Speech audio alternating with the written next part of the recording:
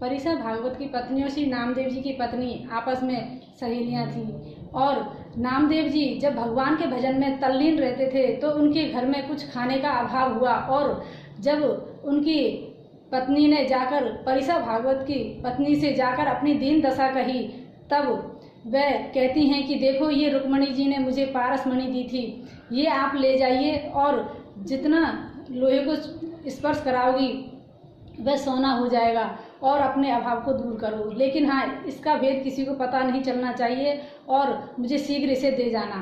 तब परिसा भागवत की पत्नी से वे मणि लेकर के जाती हैं और जब स्वर्ण बनाती हैं और बाजार से विविध सामग्रियां लेकर आती हैं और घर में अनेकों व्यंजन बनाती हैं, तब श्री नामदेव जी जैसे ही घर पर आते हैं और देखते हैं कि इतना सारा ये जो भोजन है कहाँ से आया, तब वे चकित होकर पूछते हैं।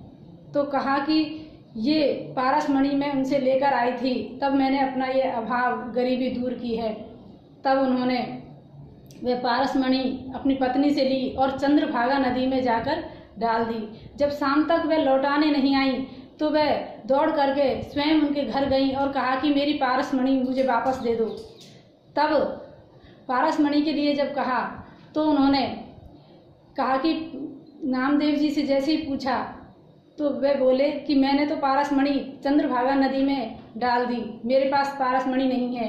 लेकिन परिसा भागवत विचार करने लगे कि ऐसे कौन भला पारस मणि को चंद्रभागा नदी में डालता है, इसलिए इन्होंने मेरी मणि चुरा ली और ये देना नहीं चाहते। तो उन्होंने शोर मचाया और जब पूरे गांव को पता चला तो श्री नामदेव जी चंद्रभागा नदी पर जाते हैं और नदी में से कुछ कंकड़ पत्थर निकाल कर कहते हैं कि देखो इनमें से आप जो पत्थर उठाओगे वही पारस मणि है, आप ले लो।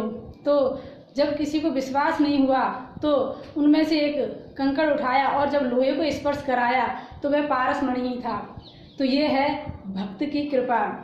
भक्त भगवान जैसी दशा में रखना चाहता है वैसी दशा में ही वे प्रसन्न रहते हैं, क्योंकि वह अपनी टांग कभी नहीं अड़ाते। भगवान भक्ति देते हैं और भक्ति में शक्ति भी दे देते हैं कि जैसा प्रभु रखेंगे हम वैसा ही रहेंगे। वह अपनी इच्छा कुछ नहीं रखते, वह भक्त कायेगा जो अपनी ही इच्छा प्रकट रखे। इसलिए भक्त वह है भगवान जिस हाल में रखता है उसी हाल में भक्त प्रसन्न रहता है।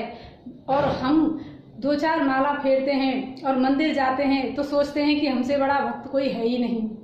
इसलिए थोड़ी सी विपत्ति आने पर, थोड़ी सी परेशानी आने पर हम भगवान को ही कोसने लगते हैं, तो हम कहाँ के भक्त हुए।